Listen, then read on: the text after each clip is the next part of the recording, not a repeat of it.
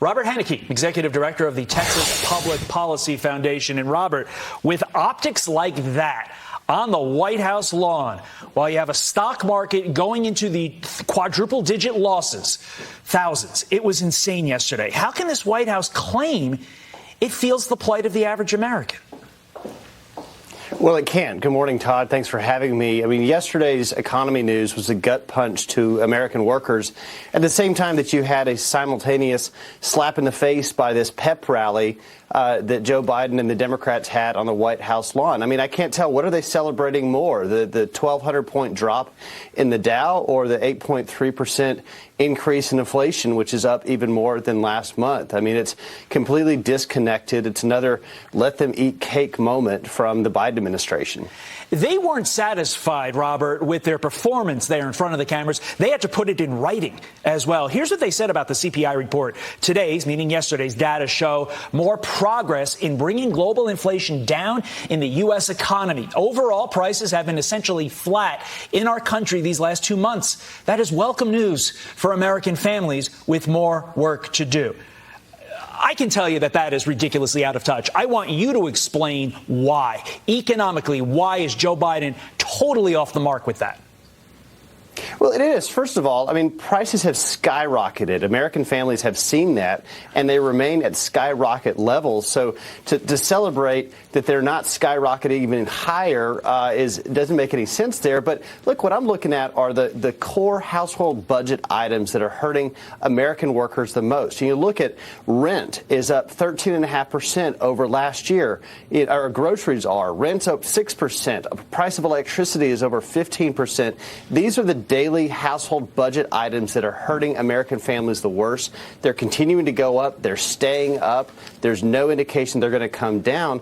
And those are the markers I'm looking at as people are trying to feed their families, pay their bills, and provide for themselves that are struggling in this Biden inflation economy. People also want to retire, by and large, and yesterday certainly didn't help that with all the markets plummeting. We've had bad inflation reports before, Robert. Why did this one tank the markets so badly?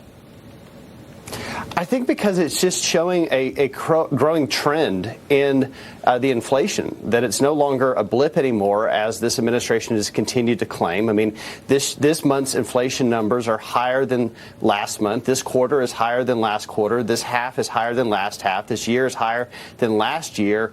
You know, there's a pattern now that is showing to be a trend. And I look at the same time as Americans are paying more, they're earning less. If you're talking about retirement, not only are prices going up, but wages have gone down approximately 3.4% over last year. So it's a double kick. You know, it's more expensive to go buy groceries.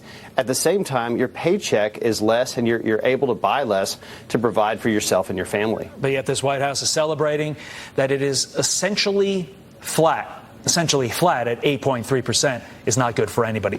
Along those lines, national debt approaching $31 trillion. That's the highest mark in American history, and the president's spending only making it worse. Let's look at this. In under 2 years, he hasn't even been 2 years total. It's under 2 years. Joe Biden has racked up a nearly $5 trillion tab. You can look on your screen to see what it includes. Of course, $1.9 trillion of that's for the American Rescue Plan. Let's not forget all the way there at the bottom, student loan forgiveness for people to buy fancy electric vehicles. How much long-term damage, Robert, has Joe Biden done to the financial futures of our kids and our grandchildren?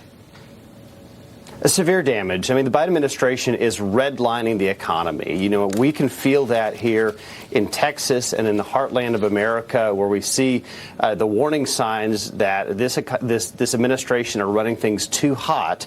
You know, it's $4.8 trillion in new deficit spending under the Biden administration.